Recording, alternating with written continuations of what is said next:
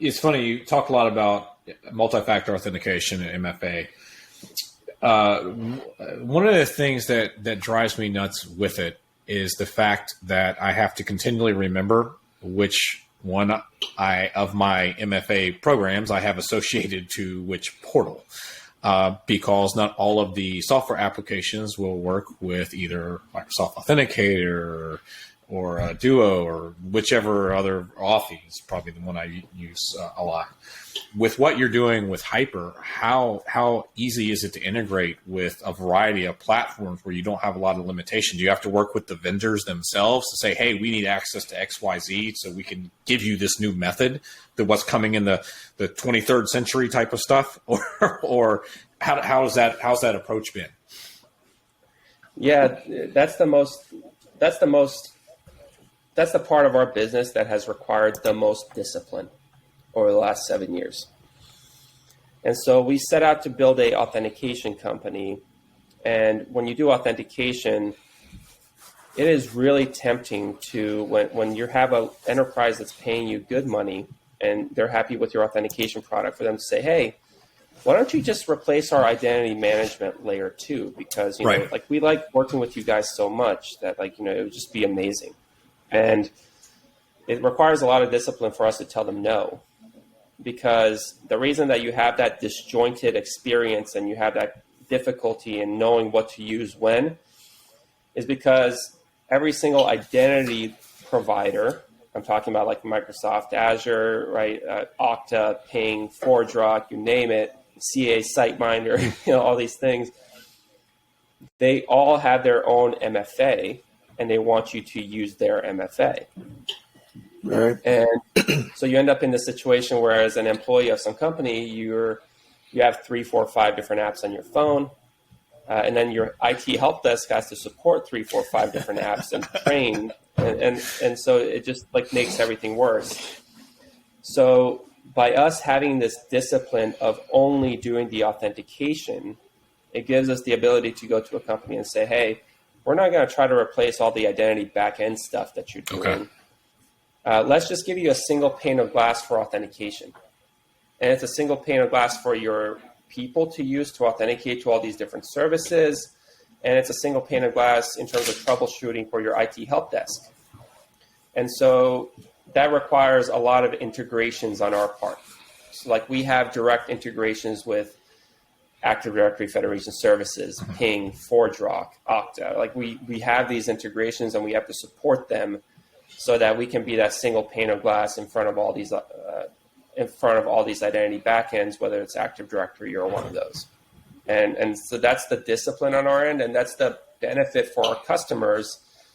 Because if, you know, I was talking to an employee at a bank recently. He said, well, a medium-sized bank, and he was like, well, you know, our last CISO was like just a huge fan of Google and the way that they do things. And so when he came in, like he started shifting everything to Google. Like we were doing Google Meet and everything else, and we were doing Google Authenticator and all that stuff. And then, you know, he quit.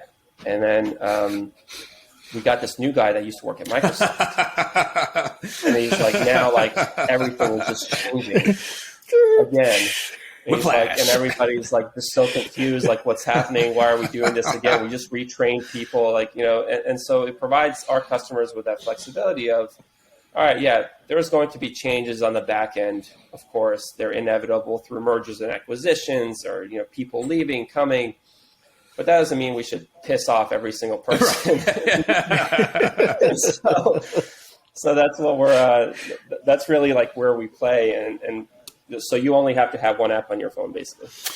That would be fantastic because I go through that every day going, I don't remember which one I tied to what now. And I like you guys' approach in the way in which you're trying to simplify these things because, and like you said before, you're trying to solve the issue for your father who uses a computer, but, you know, he's not at the super high level of, you know, technology wherewithal. And so when you look at who you're trying to solve the problem for, who's your target demographic? Because, the people that are going to be listening to this, we're talking to business executives and we're talking to business leaders that may not be the most technical, but at the same time, they realize that they have a security problem and they want to be proactive when it comes to cybersecurity and being on the, for us, having you on this show is bringing them new information, because, this is something that's new into the market space for the most part when you talk about small businesses and things of that nature. And so who's your target demographic? Are you guys looking at the small to mid-sized enterprise? Are you guys looking at small businesses? Where are you guys trying to fit into the market space? Yeah, look, just currently with regards to what we provide and the value that it brings to our customers, we're seeing the most traction. And as a result, it's our target in highly regulated industries. Financial services, payments, insurance, healthcare, lots of energy stuff lately, actually. Industrial controls. Things that are top of mind from a regulatory perspective, because they're the ones that are the biggest targets, especially the grid, from a nation state perspective, like they're starting to be targeted much more and more. And so this type of stuff is really important. And so they're the ones kind of proactively going out and educating themselves first on why it's so important to get rid of a password. But, over the next few years, that is going to change drastically. And it has changed over the last 2 years. 2 years ago, we were providing our capabilities to 5 verticals. Now it's 18. So it's growing significantly. And so for us, it's, any business, from anywhere from 500 people to 500,000 people, but they're within those industries that face the most risk from adversaries. So it doesn't matter whether you're like a local credit union in Iowa that we have as a customer, or whether you're a top 4 bank, you're facing the same problems. Yep. And we've solved them the same way. Do you ever see, kind of piggybacking on what he said, that this hits mainstream, that we'll be looking at Amazon.com or logging into Facebook in such a way where we won't have to use that? Do you see that getting that way in 20 years or 30 years? Because it's a gigantic, titanic shift of what people are used to. Yeah, I think it'll happen sooner than that. I think that a lot of these places like Facebook, for example, are already providing this capability as an alternative, but it's not the primary way of authenticating, which means that it's implemented, it's deployed, it's in their platform, it's in their product, but it is not a requirement yet. And I think that, it's going to be incremental. Like once they get to a certain critical mass of users preferring that method, they're just going to feel more comfortable flipping the switch. Now, do you think that they'll wait until more people get comfortable with it, or is it better from your perspective and from your opinion to kind of push them? Because we're creatures of habit.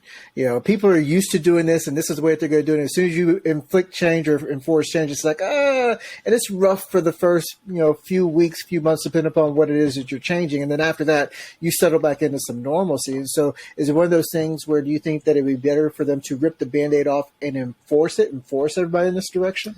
I don't like the forced approach. I like the nudged approach. So, I'll give you an example. A lot of our customers, when they deploy our product, people can still use a password to log into stuff for a while. Okay. But, they'll tell them, hey, this is available. You can log in passwordless. It's so awesome. It's so amazing. And then people are like, yeah, but, I just know. I like my Johnny 123. I'm going to type. And then a month later they'll say, all right, well, our new password complexity is 16 characters minimum. And then people are like, oh, well, while I'm at it, I might as well enroll in this password stuff. Or so you create the scenario of transition. Yes, so it's the nudge approach, right? I like that. And there's another thing, like at every company there are influential people. People work at companies, and ultimately they want to mimic, they want to emulate their leaders. And so when they see a leader at the company doing something, they want to do it too. I totally agree. There's been instances where a CEO or CIO of one of our customers will make a video, using passwordless to log in, and then they'll share it with the entire company. And then the next day, like thousands of people just hop on board.